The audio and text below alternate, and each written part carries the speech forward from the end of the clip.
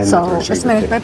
So, once he agreed, okay, just a second. To pay you back, pretty much. phone, in person. Well, I want you to tell me about the conversation. I want you to tell me what words were exchanged.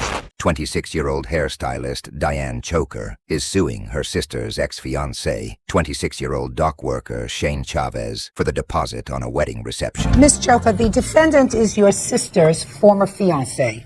yes, And according to your complaint, you loaned him $500 to put down as a deposit on a hall for the wedding. correct. Right from the start, we have a personal and dramatic case involving a wedding gone wrong, a sister's financial support, and a now ex-fiancé. This courtroom clash is bound to uncover hidden tensions. Wedding was called off. You want your $500 back. Correct. So let me hear about the circumstances of this loan.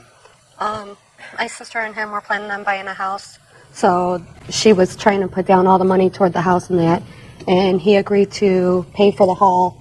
But at the time, he didn't have the money for the down payment on the hall. Just a minute. So I went ahead and put the money on the down payment on the hall. Just a second. Let's go back. He didn't have the money. Correct.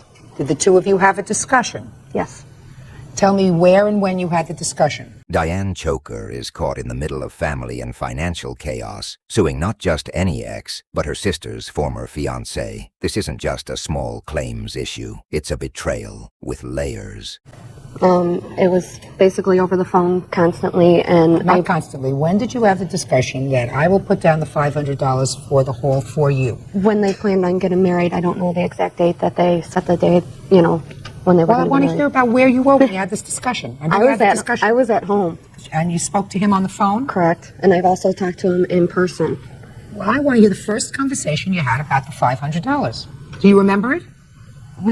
I was on the phone with him, and my sister was also at his house or his apartment because they were living together. Right. And I said I would go ahead and put the money down on the hall, in the understanding that he would pay back. Not the $500. understanding. I want you to tell me what words were exchanged. I asked if he would pay back the money, and he said yes when he got his tax returns in. Go ahead, let me hear. I did offer to pay back the $500. I never asked for the money to be loaned to me. Okay, just a second. Go ahead. You had the conversation with her on the phone. Correct. Tell me about your version of the conversation. The conversation just went as pretty much as she said. She had asked me if I was going to pay her back the money, and I agreed to pay back the money, just over verbal conversation over the phone.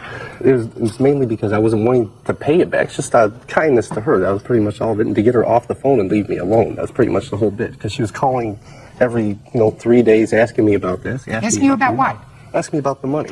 What about the money? Shane's inability to pay paints him as unreliable, but Diane, stepping in financially for her sister's fiancé, raises eyebrows. Was it a selfless act or something more calculated? After everything was said and done with the wedding being called off and all that. No. I'm talking about at the time, Mr. Chavez. Mm-hmm. The time she said she would put the money down on the hall. Did you say to her, I'll pay you back? No, at that time I did not say anything. Well, I want you to tell me about the conversation. There was none. I'm guessing that her and Lori had went to the hall and just rented it. When did you tell her that you would pay her back the $500? After everything was said and done, the relationship was over. After it was over? Yes. And tell me about those conversations. She had called the house about 3 times in 1 week, asking me about it. And my sister would answer the phone at times, and she wasn't able to, give verification of where I was or anything like that. And I had finally gotten to talk to her, and I told her just out of point blank, yeah, I'll pay you back the money. Here's the turning point. Shane admits he agreed to pay, but only out of frustration. Fine, good. So that's what you agreed to do, right? Over the phone, yes. It was pretty much. Phone, in person. Well, it's. And he didn't pay you back the money? No. Initially, even if I find that there was no contract, sir. Well, it's not only that aspect of it. You got the aspect that Lori over here. Lori is marrying everybody. Okay, Lori is marrying Jimmy and Billy Bob and whoever else is around her. Okay, Yeah. The money originally did not come from Diane. The money originally did not come from Lori. The original money to put down the hall was from a prior wedding that Lori was supposed to be in. No. Stand down. Yeah. That Lori was supposed to be in. The gentleman that she was supposed to marry originally put $500 down for a wedding hall. That wedding got canceled all of a sudden. More problems. That money then got rolled over to Diane, and Diane agreed to pay Lori back the $500. This bombshell revelation adds a new layer of drama. If the deposit wasn't Diane's money in the first place, is her claim legitimate, or is this a case of opportunism? No. We lost out the money from her first wedding. Here is my canceled check that the bank makes a copy of to the hall that they were supposed to get married at. Came out of my pocket, not my sister's, no one else's. Okay. I don't necessarily believe that you had a conversation with him where he asked you for a loan of $500 to put down on the hall.